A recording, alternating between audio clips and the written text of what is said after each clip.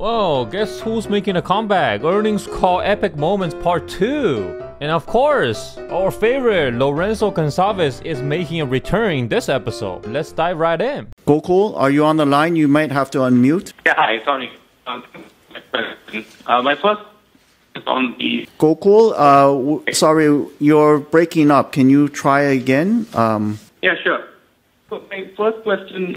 Gokul, sorry. Okay, let's try one more time because you continue to break up. Let's try one more time. If not, I will have to ask you to dial back in. Sure. Hi, can you hear me now? Yes. Okay, my first is, could you talk what is the expectation... Okay, Gokul, I'm sorry. Your line is very unstable, so I will ask you to please try to get back into the queue, and we'll address your question. Are we in a situation? Chris, we may have lost you. It looks like Chris's line had dropped. But when we look at the growth rates, a wide variety of competitors, they've seen this downturn. Okay, William Stein's line has disconnected as well. Likewise, if you allowed everyone to... Well, unfortunately, it looks like his line has dropped again. We have no idea why the lines are dropping. First of all, let me wish everyone a happy Valentine's Day, and I hope you guys end up having time to... Likewise, So I think the work graph actually ends up being an advantage, but definitely expect to see AI used across a variety of products. That's awesome. I'll put in the joke about no more TPS reports. Exactly. No more handwritten ones, anyway. Hi, and this is on behalf of Adam Jonas. Great. Yeah. I won't be as entertaining as him, but during his question. We catalyze some Darwinian forces in the EV market. Well, I mean, we're not trying to say take pricing actions.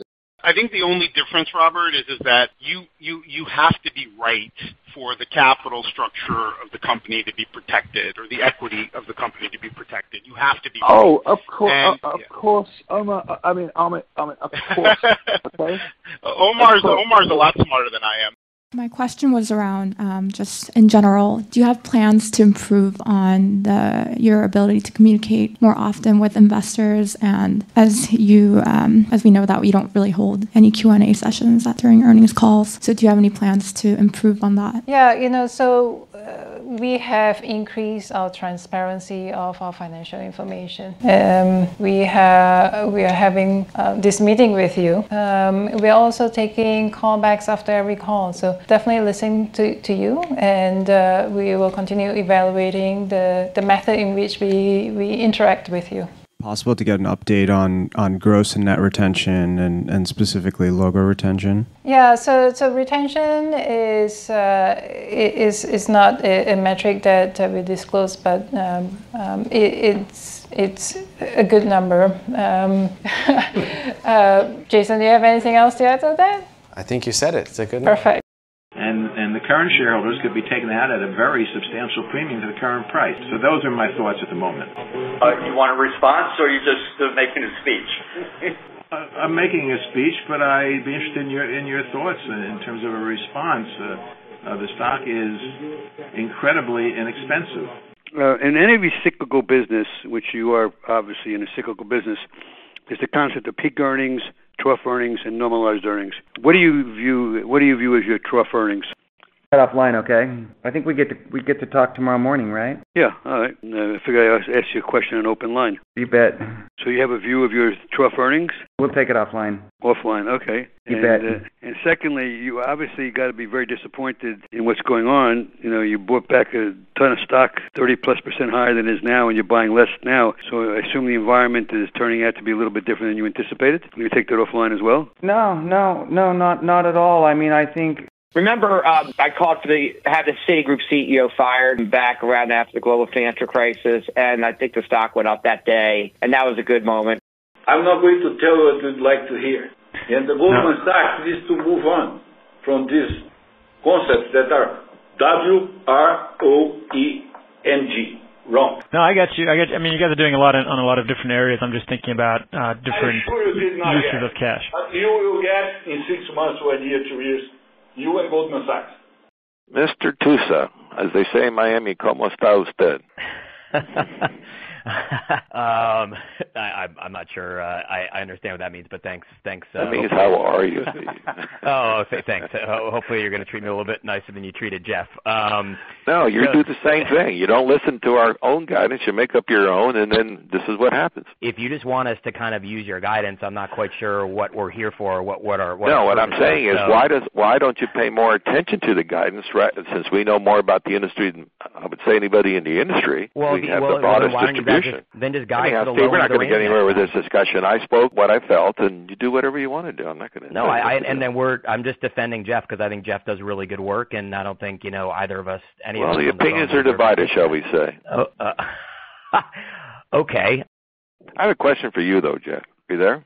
Here. Tell me, why is it that you and others put out estimates and you ignore the estimates that we put out? And then, for some reason, you expect the company to meet your estimates rather than the ones that we put out. Why is that? It happens all the time. Yeah, I mean, we're just trying to take the industry data and what we think the market's going to grow at. And don't you think we know the industry data better than anybody else? Don't you think our information is probably better than yours or anybody else's as an analyst? And don't you think when we put together our estimates, we have a much higher quality way to look at things? I just don't get it. Yeah, I mean, so I'm going to ask you to look more carefully at our own estimates in the future, if you don't mind. But you really just you didn't give, like, you're not giving guidance today. So do we? Can you? No, but we gave guidance. When we did, nobody paid attention. So anyhow, I don't want to get too much into this. Let's move on. Anybody else?